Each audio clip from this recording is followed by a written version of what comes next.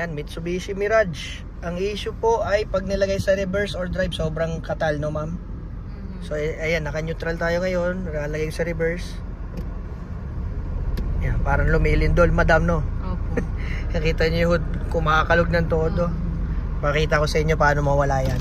Pops, paki-jack mo. Jack. Pakiramdaman nyo ma'am, mawawala yung inig yan.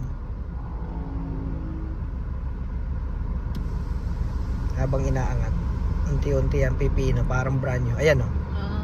Ayan, yan ang normal ma'am, di ba? Parang brand new. Walang kang inig-inig.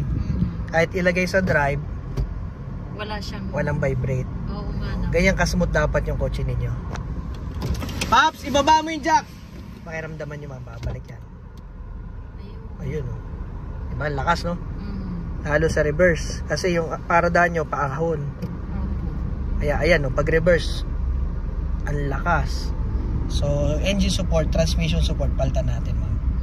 Para mawala yon. Kasi pag tuwing gina-jack, nawawala. Ibig sabihin, bagsak na yung ating engine tsaka transmission. Isa pa, para sure. Pops, one more! Pakiangat! Ayan, pag nawala yung nararamdaman yung vibrate. Ayan, dapat ganyan. So, hindi tayo lumipat, naka-reverse pa rin. So, yun lang po. Kaya pag ni-neutral ninyo, walang vibrate. Kasi kalmado yung engine nun eh. Kapag ni-reverse nyo, gumaganon yung makina at saka gumaganon. Pag drive reverse, tumutuon yan kung saan man.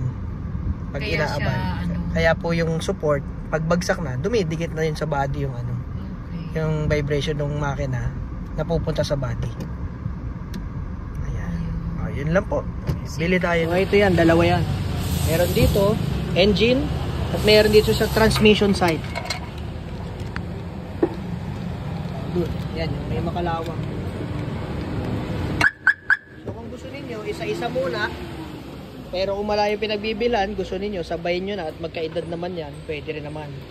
Depende yan sa may-ari. Meron din yang isa sa likod. Meron din yang isa sa bandang likuran. Left, right, harap, likod. Medyo mainit lang. Pag nasa ilalim nila, pakita ko sa inyo.